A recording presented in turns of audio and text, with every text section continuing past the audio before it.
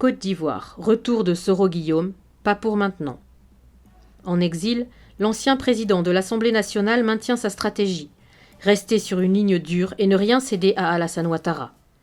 Mais pourra-t-il continuer à exister sur l'échiquier politique ivoirien malgré la distance ? Et à quand son retour en Côte d'Ivoire ?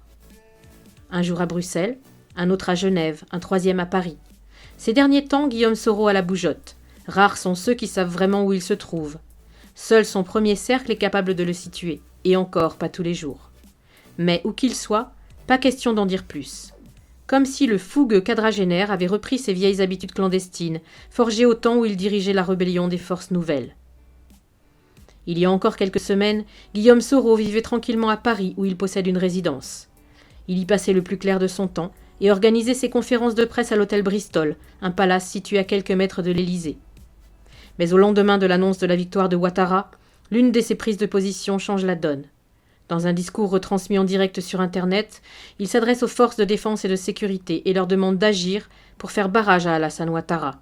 En clair, il appelle à un coup de force des militaires. Ligne rouge.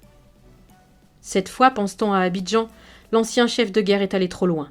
Même constat à Paris, où il n'était déjà plus en odeur de sainteté en raison de ses déclarations acides contre le positionnement d'Emmanuel Macron sur la situation ivoirienne. Les autorités françaises lui ont fait passer le message qu'il y avait des limites et qu'il n'était plus le bienvenu sur le territoire national. Appeler à prendre les armes va au-delà de toutes les lignes rouges. Nous pouvions difficilement lui dire autre chose, explique une source française haut placée. Soro est donc prié de partir. Sur les bords de la lagune ébriée, c'est peu dire que le cas Soro agace. Le président considère son ex-allié comme l'une des principales menaces, aussi éloigné soit-il. Il supporte de moins en moins ses sorties tapageuses. Fin novembre, des mandats d'arrêt ivoiriens visant Soro, son directeur de la communication, Moussa Touré, son aide de camp, Abdoulaye Fofana, et le député Issiaka Fofana, tous en exil, sont donc transmis aux autorités françaises.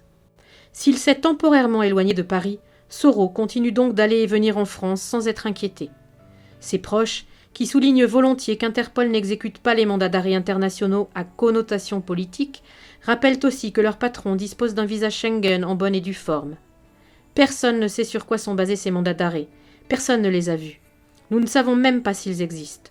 Nos confrères ivoiriens ont demandé à ce qu'on les leur transmette, cela n'a jamais été fait, expliquent Charles Consigny et Robin Binsard, les avocats français de Soro. Notre client n'a rien à se reprocher. Les procédures judiciaires diligentées contre lui sont fantasques et ne reposent sur aucun élément sérieux. Leur seule finalité était de l'écarter de l'élection présidentielle d'octobre dernier. L'ancien Premier ministre, déjà condamné à 20 ans de prison pour recel de deniers publics détournés et blanchiment de capitaux en avril 2020, est aujourd'hui accusé de tentative de déstabilisation durant la dernière période électorale par les autorités ivoiriennes. À entendre certains proches d'Alassane Ouattara, les faits qui lui sont reprochés sont graves. Il préparait une insurrection armée, assure un ministre. Des gens ont été arrêtés et sont passés à table, notamment à Dabou, où 16 personnes ont été tuées dans des violences intercommunautaires quelques jours avant la présidence du 31 octobre.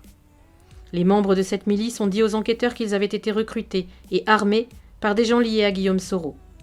En ce qui est du retour de Guillaume Soro sur les terres de ses ancêtres, le mystère demeure grand et entier. Source Jeune Afrique.